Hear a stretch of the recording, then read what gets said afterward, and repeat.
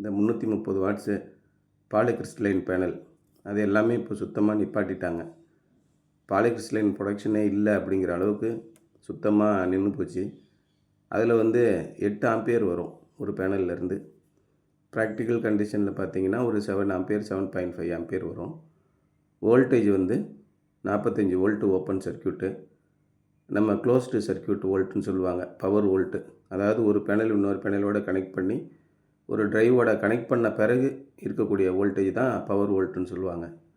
அது 39லேருந்து 40 வோல்ட் வரும். ஆனால் இப்போ புதுசாக வந்திருக்கக்கூடிய 550 வாட்ஸ் 600 வாட்ஸ் பேனல்லாம் கரண்ட் 14 ஆம்பியர் 15 ஆம்பியர் வரும். அதாவது 330 வாட்ஸ் பேனலோட 2 மடங்கு கரண்ட் வரும். அதே மாதிரி வோல்டேஜ் பார்த்திங்கன்னா 50 வோல்ட் இருக்கும் ஓப்பன் சர்க்யூட்டு. பவர் வோல்டேஜ் பார்த்திங்கன்னா 44-45 வோல்ட் கிடைக்கும் சர்க்யூட்டில் கனெக்ட் பண்ண பிறகு. ஒரு சோலார் பேனலுக்கு இது மாதிரி நாமினல் வோல்டேஜ்னு ஒன்று இருக்குது.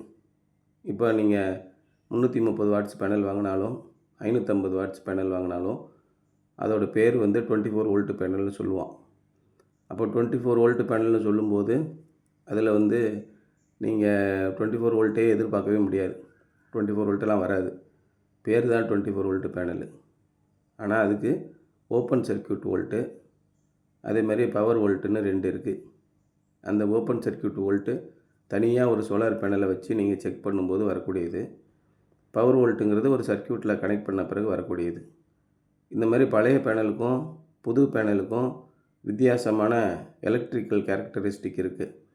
அது எப்படி நீங்கள் கம்பைன் பண்ணுறது அப்படின்னு பார்த்தீங்கன்னா, சேம் ஆம்பியர் இருந்தால் தான் கனெக்ட் ஆகும். அப்போ சேம் ஆம்பியர் வர மாதிரி அந்த பேனலோட நம்ம சர்க்யூட் பண்ணணும்.